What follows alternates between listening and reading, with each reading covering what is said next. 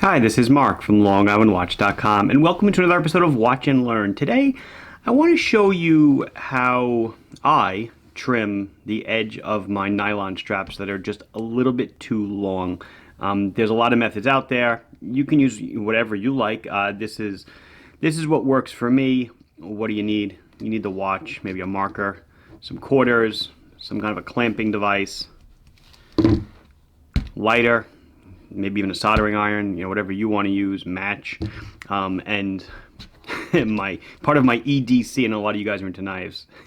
These are all over my office. There's no less than 10 or 15 of them because I take them, I put them somewhere, and I can never find them. So let me put the watch on and show you what we're going to do. So this is what we're talking about. You have your nylon strap, and they're all generally around 11 inches. We have some shorter ones that kind of alleviate this problem, but on the whole, they're usually around 280 millimeters or around 11 inches. And that leaves you, on my 6 3/4 inch wrist, it leaves you with a little flap. And you guys see in all the videos, I generally don't cut them, honestly. I don't trim them. It doesn't bother me too much. You fold them back into the first keeper.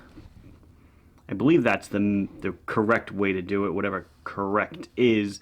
You can go over and under if there's a lot. I really don't care what you want to do. You can tuck it back in on itself. It doesn't matter. I mean, however you're comfortable wearing it is the way you can do it.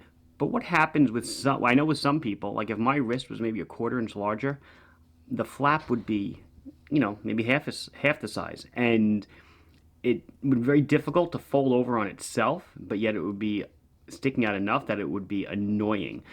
So this is kind of what that problem alleviates. So what are we going to do? Well, we put the watch on. I mean, I know this is where I wear mine because the hole is stretched out in the strap.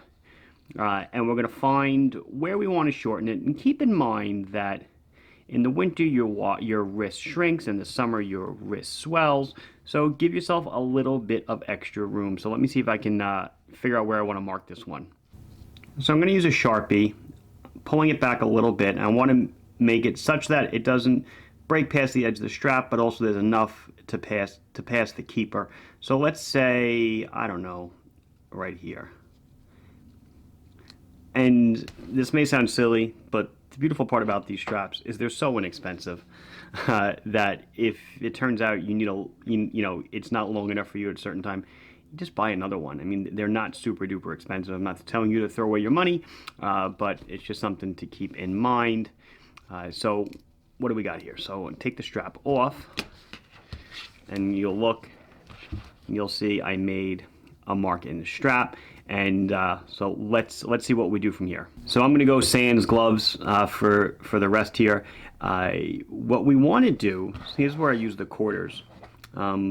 The quarters happen to be check that out, a great fit for the duplicating the edge of the strap. So it's a good line to follow.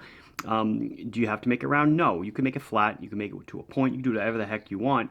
The only thing I like about rounds, and obviously the reason why they generally are rounds, is that there's less stress concentrations, and you're less likely to catch it on an edge or fray it or something if you don't make it a round one. So I'm going to try to see what I'm doing through the lens and not through the lens. So I'm going to sandwich it right there. I'm going to take my clamp and I'm going to clamp it down.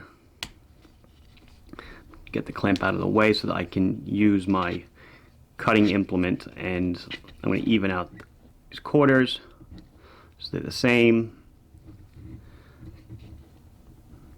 Pretty good.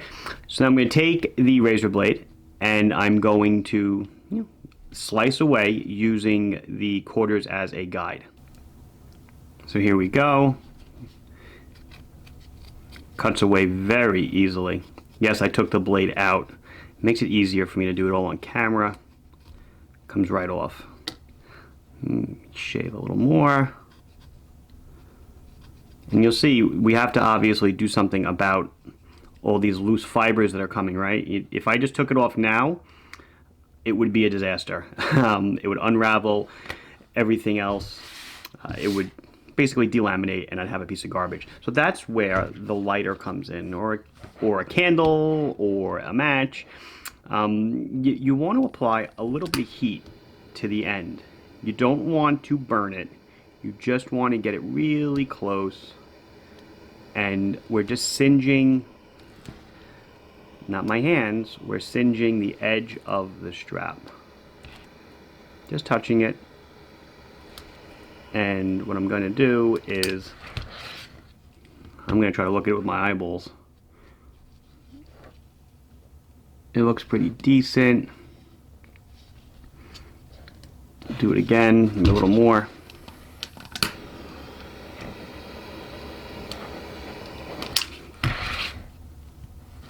Okay, and then obviously remove the quarters. And I'll look at it and make sure it's not fraying, it's not going to unravel. Because maybe if it was undercut under the under the quarters, it may not have taken. I'm going to hit it again, just real quick. I've seen people cut these with soldering irons, with fabric, hot fabric knives, whatever you want to use. But really the goal here, there we go, that looks pretty good. The goal here is to prevent this from unraveling if you catch it on something. So let's put it on and see how she looks. And there you go. It looks good. I could have done a better job, I think. It's not totally even. Doing things under the camera light's not always the simplest, as I've said before. But look at that. Cost you 50 cents. You even get your deposit back. You probably have everything you need to do this at home. Maybe even foreign coins if you're in another country.